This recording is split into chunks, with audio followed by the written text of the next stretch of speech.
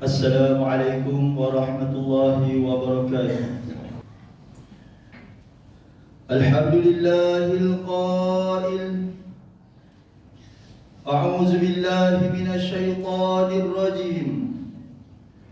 Ya ayyuhalladzina amanu kunu qawwamina lillahi syuhada'a bil qist wa la yajrimannakum shana'anu qaumin 'ala alla ta'dilu a'dilu huwa aqrabu littaqwa wattaqullaha innallaha khabirum bima ta'malun. Asyhadu an la ilaha illallah wahdahu la syarika lah wa asyhadu anna Muhammadan 'abduhu wa rasuluh. Allahumma shalli wa sallim ala sayyidina Muhammad wa ala alihi wa sahbihi ajma'in.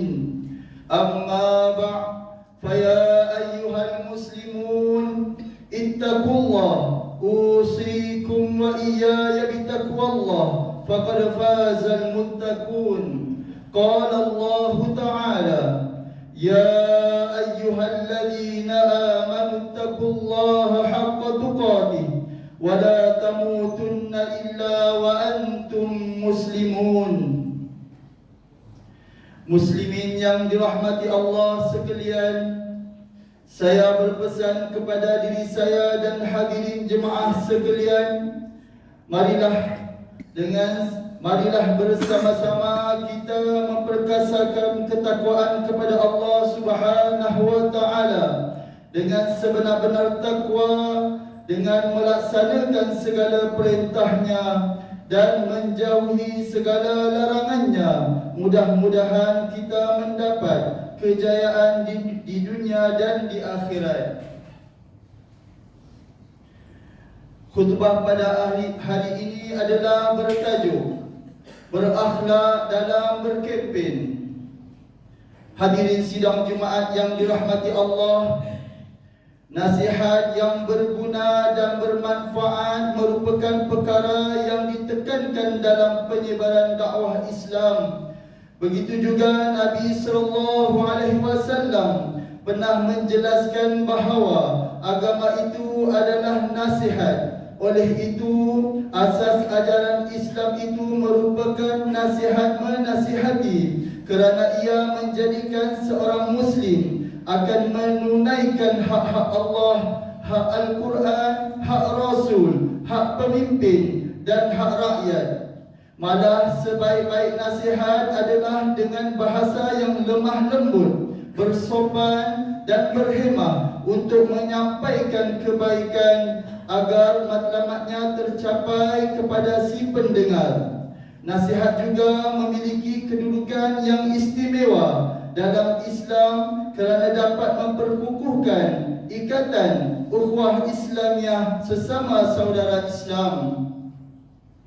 Muslimin yang dirahmati Allah sekalian, selaras dengan pengumuman daripada Suruhanjaya Pilihan Raya SPR telah menetapkan 19 November 2022 sebagai hari pengundian bagi pilihan raya umum ke-15, manakala tarikh penamaan calon dan pengundian awal masing-masing ditetapkan pada 5 dan 15 November 2020. Justeru, rakyat Malaysia perlu memilih bakal calon pemimpin yang mentadbir dan menerajui negara dengan jaminan kemaslahatan dan mengekang kemudaratan. Hal ini kerana Islam sangat memandang serius soal pelantikan pemimpin bagi umat manusia meskipun dalam kelompok yang sedikit dan kecil. Ini bertepatan dengan hadis daripada Abu Hurairah radhiyallahu anhu bahawa Rasulullah sallallahu alaihi wasallam bersabda, "Idza kana salasah fi safarin falyu'ammiru ahadahum." Jika ada 3 orang yang bermusafir, hendaklah mereka mengangkat salah seorang di antara mereka menjadi ketua. Riwayat Abu Daud. Hadirin yang dikasihi Allah sekalian, hakikatnya di Malaysia sebelum mengundi tempoh berkempen yang ditentukan selama 2 minggu bagi menyokong calon dan parti yang bertanding, kempen pilihan raya ini dilihat bagi mengangkat kredibiliti calon dan seterusnya akan dipilih menjadi pemimpin setempat. Sehubungan dengan itu, mimbar ingin menasihatkan kempen pilihan raya yang bersih perlu dijalankan dengan adab, akhlak dan semangat ukhuwah yang digariskan oleh Islam agar akhlak seorang Muslim terus dapat dipraktikkan. Maka dalam tempoh berkempen, setiap individu atau kumpulan hendaklah pertama, individu dan jentera parti politik yang berkempen hendaklah menjauhi ucapan-ucapan yang tidak baik seperti memaki hamun, mencerca dan mendedahkan aib peribadian seseorang.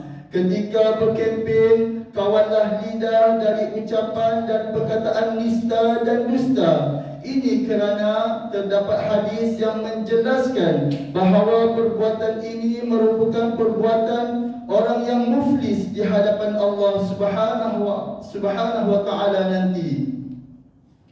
Hadis daripada Abu Hurairah radhiyallahu anhu bahawa Rasulullah sallallahu alaihi wasallam bersabda,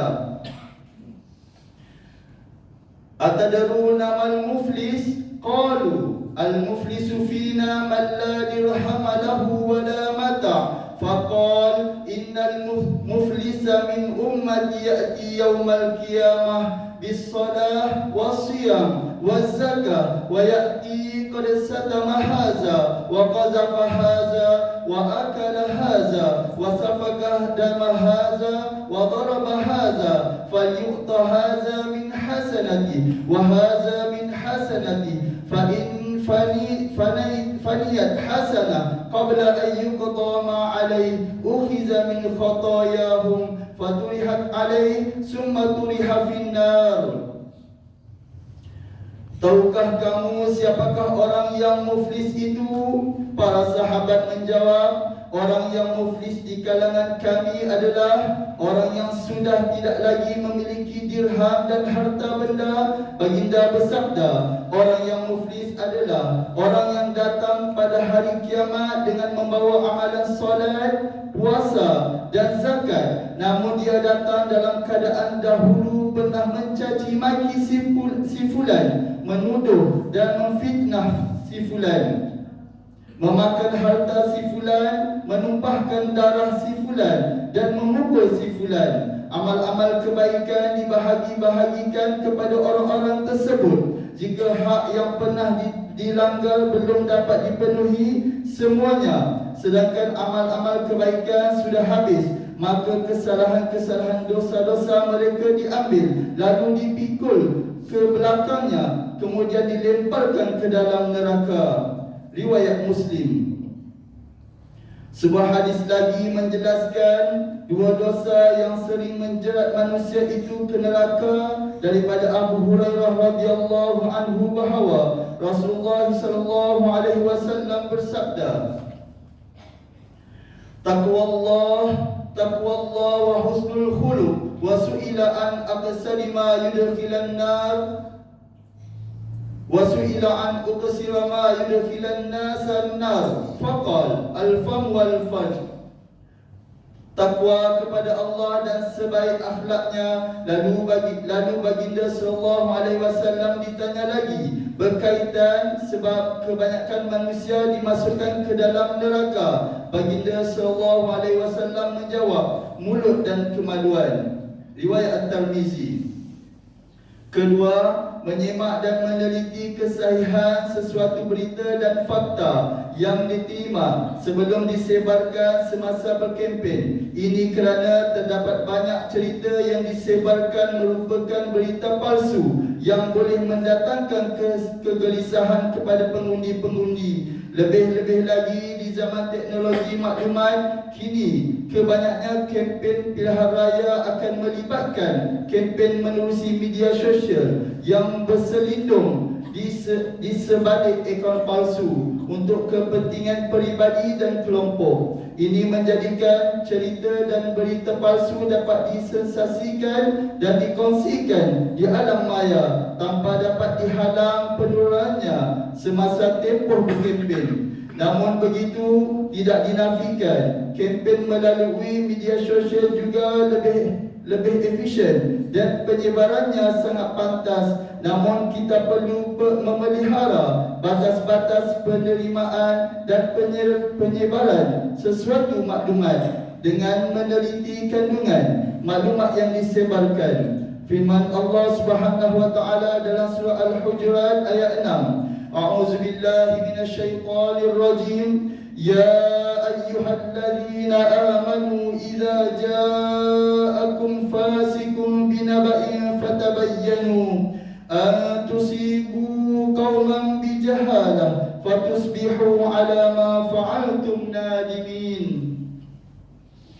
Wahai orang-orang yang beriman, jika datang kepada kamu seorang fasik membawa sesuatu berita, maka selidiklah untuk menentukan kebenarannya, supaya kamu tidak menimpakan sesuatu kaum dengan perkara yang tidak diingini dengan sebab kejahilan kamu mengenainya, sehingga menjadikan kamu menyesali apa yang kamu telah lakukan. Muslimin sekalian, ketika kehangatan dan kegairahan tempoh berkempen, janganlah bertindak melulu tanpa berfikir panjang, melakukan provokasi melampau terhadap calon yang berbeza parti dengan menonjolkan kekerasan dan keganasan yang jauh terbesong daripada akhlak Islam. Sewajarnya calon dan penyokong berkempen secara sehat dan akur dengan garis panduan undang-undang serta peraturan yang ditetapkan oleh pihak berkuasa, khususnya Suruhanjaya Pilihan Raya SPR dan Polis Diraja Malaysia PDRM. Ketahuilah, politik merupakan ijtihad dalam kerangka pemikiran Islam. Betulkanlah niat berkempen kerana Allah untuk mendapat keredaannya dengan menjauhi kemurkaannya. Peliharalah ikatan persaudaraan dengan menjauhkan perbalahan dan pergaduhan sesama sendiri, agar beroleh petunjuk dan rahmat bertepatan firman Allah Subhanahu wa taala dalam surah Al-Hujurat ayat 10. A'udzubillahi minasyaitonir rajim. Innamal mu'minuna ikhwatun fa aslihu baina akhawaykum wattaqullaha la'allakum turhamun. Sebenarnya orang-orang yang beriman itu adalah bersaudara, maka damaikanlah di antara dua saudara kamu yang bertelingkah itu, dan bertakwalah kepada Allah supaya kamu beroleh rahmat. Dalam tempoh berkempen, jangan sesekali jadikan perbezaan pemikiran dan hala tuju politik berlarutan sehingga habis pilihan raya dengan tidak bertegur sapa, bermasam muka dan saling salah menyalahkan atas keputusan pilihan raya.